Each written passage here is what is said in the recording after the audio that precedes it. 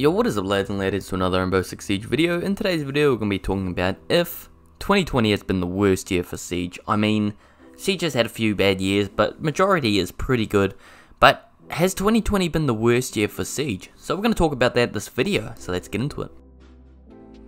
Alright, so I am on the Ubisoft website here, and we're going to look at pretty much everything that was announced, and I'm going to be talking about some stuff that was leaked and stuff during 2020. So just overall how this year has gone for Siege. So, yeah, I'm going to try keep it in order, but I'm not too sure exactly. So we're going to start off with the Year 4 Season 4 patch notes. As you guys know, this was pretty much a huge balancing change. I mean, they did so much balances. ADS time was changed for all weapons. I mean, it was just increased or decreased in a sense, but yeah, everything was just changed. The whole overall of how the game worked. And, it's just quite interesting how everything looked.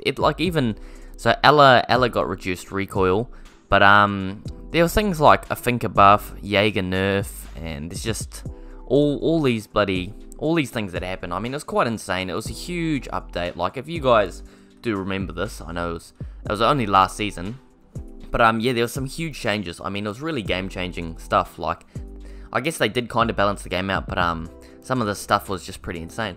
But yeah, if we go to the next one here, we had the reveal of Operation Void Edge. Now, this was a lot of hype. Now, actually, this isn't the right thing. But there was a lot of hype where pretty much Oryx and Yana were revealed. So, there was another thing. And if we go to the next one here, Caveira Elite set. Now, Caveira Elite had come out. Now, this was pretty intense. I mean, we had heard about the Buck and Zofia leak and about the Elites. But, Cav Elite was released. And this looked really cool. It was really nice for them to add an Elite to Cav. I felt like Cav needed something. She didn't really have any outfits or anything, so that was good. And then for the next one here, of course, the Tomb Raider Elite set. Now, this was actually announced with the Void Edge, with Operation Void Edge. But, Tomb Raider's Elite set, so of course, you know the animation. She has her pistols and whatever. But, yeah, that's the third Elite skin, or fourth Elite skin for Ashe, I believe. I think it's the third. They had one for Outbreak. They had one that they gave out, I think it was for Outbreak, I don't know. And then there's one you can get from Alpha Packs, which was just a camoed, iced camo, like a snow camo version. So there's 3 elites for Ashe, which is pretty unfair. I have no idea why Ubisoft has done that. And of course we had the Tournament of the Champions, which was the stadium map, which a lot of people got mad over because, you know, you could just get killed as soon as you rappelled down on attacking. But yeah, 6 Invitational, that was really exciting. I mean, that was a big thing for Siege, so that is on the plus side for sure. And for Year 5 Season 1 Void Edge patch notes. Now, whew, okay, this was a thing and a half. So Ella, after the last buff, blah blah blah, they pretty much nerfed Ella again, and a whole bunch of gameplay fixes and operators. They're just fixing stuff like pretty much Operation Health sort of shit. And so that was good, I guess. They fixed some things, but they kind of didn't, I don't know. Ubisoft always seem to focus on the wrong thing. I'm not saying they're not prioritizing right, of course, but I'm just saying there are always bigger issues, but they go and fix these other things. I don't know. I presume they're doing as best they can and whatever. We had the Golden Gun game mode. Now, that was really fun. Everyone liked the Golden Gun game mode. I don't think anyone had anything negative to say about it. And, yeah, it was overall really fun. I actually quite enjoyed it myself, too. Then the Year 5 Season 1 patch note. Now, I actually don't know which order this is in when Tachanka, I think Tachanka Rework was announced in Season, well, said it was going to happen in Season 4, and then actually announced in, oh, it was about 2 months ago. I'm not too sure exactly when, but I'll just talk about it. So, yeah, Tachanka's getting his rework. It'll be in Season 3, I'm pretty sure. And, yeah, he's going to have an LMG he can run around with sights on it that can pierce through walls. And he'll also have a grenade launcher that shoots like smokes, pretty much fire, like Capiteo and smoke combined. It's like fireballs that just burst. I know, it's really cool. But yeah, then we had the Year 5 Season 1 patch notes. So, of course here, this is all the, I don't know, this was just fixes as well, wasn't it? Yeah, it was too. So, lots of fixes as well. I think Void Edge, though, just focusing on a lot of bugs and stuff.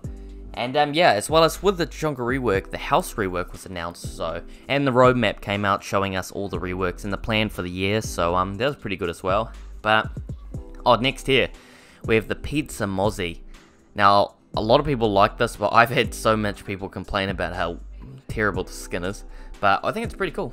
Not a bad skin, I mean, not my favourite, of course, but yeah, it looks alright, I guess, and yeah, if we go over to the next one here, we had the designer notes. Now this was a big fuss as well. This pretty much told us about like all the pick rates in that. Yeah, told us all the info here, and you could kind of see some stuff, so it was quite interesting to go through all this. But also it told us about the Ying buff. So Ying of course got buffed, and now she's so OP that a lot of people want to nerf her, so not the greatest. Geforce received holographic, Razor holographic on the M12, which is Mozzie's like P10 Ronnie and that sort of special holographic.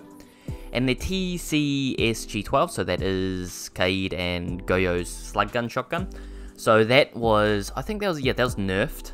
And the ammunition, what's this? Increased total ammunition. Okay, so the ammunition was buffed, the total reserves, but the weapon damage was lowered. So that was quite disappointing because, I don't know, they seem to nerf everything. Glares, Cav, anything high damage. Now Jaeger, of course, people consider this as a buff, but a lot of people thought of it as a nerf at first. Where, yeah, he was changed to a 2-speed, 2 armor. Now that was huge. But now I think about it, it hasn't changed much, especially because Ying got buffed. You actually still need a Jaeger in your team. I think they did that for the pick rate, they wanted to lower the pick rate, but he's still going to get picked lots. I think it'll be the same. Now for Mozzie here, they removed the Super Shorty and gave it to Castle, of course. Now that was a huge change. Buck removed Frag Grenade, so they nerfed Buck pretty much, but they did buff a Skeleton Key for once, so that was really cool. And for Goyo, they removed one of his shields. So that was another huge thing. So that was actually pretty... There's a few other things that have happened this year that I probably haven't covered. But there's a lot of things that have happened. And it's just quite a shock. It's like... Plus we're waiting on Quarantine. I think R6 Quarantine was supposed to come out this year. I'm not too sure. But probably delayed till next year. Unless it was planned for next year. But yeah, the thought is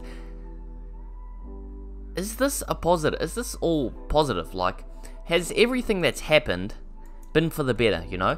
Has 2020 been a good year for Siege? Now, like I said, there are only a few pluses, like the Golden Game. Oh, plus, guys, the Mafia League. I've got to tell you about that.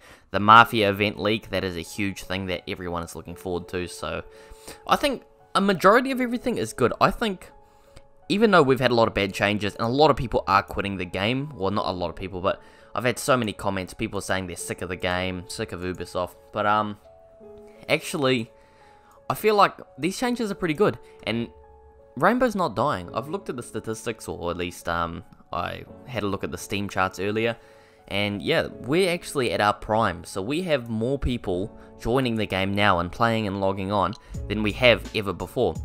And we've had 5 months without a decrease. We've had positive for 5 months, where we've never had that in the whole of Siege's career. So Siege has been out since, what, 2014, 2015, and we have never had that, and finally we do. I mean, it's just absolutely insane to think that at a time like this, we're actually seeing increased supplies. Now, I think 2 or 3 of those months would have been from Quarantine, of course, but once again, I think Siege is doing the right thing. So, to be honest, out of everything that's happened, I'd say it's for the better. I know it does sound pretty bad, and they have made a lot of bad changes, like I've said, but I think Siege is going for the better. I mean, obviously they're not trying to kill their game, and they've spent the last 5 or 6 years studying the game. They know how their game works, so they're doing these changes for the better, or at least they think so. So I think this is a pretty good change, and I don't actually disagree with most things, just some of the things are pretty ridiculous, but you know, we're going to accept it and wait for new coming updates and see what else Siege has to offer us. So yeah, that's it for this video, guys. Hope you guys did enjoy.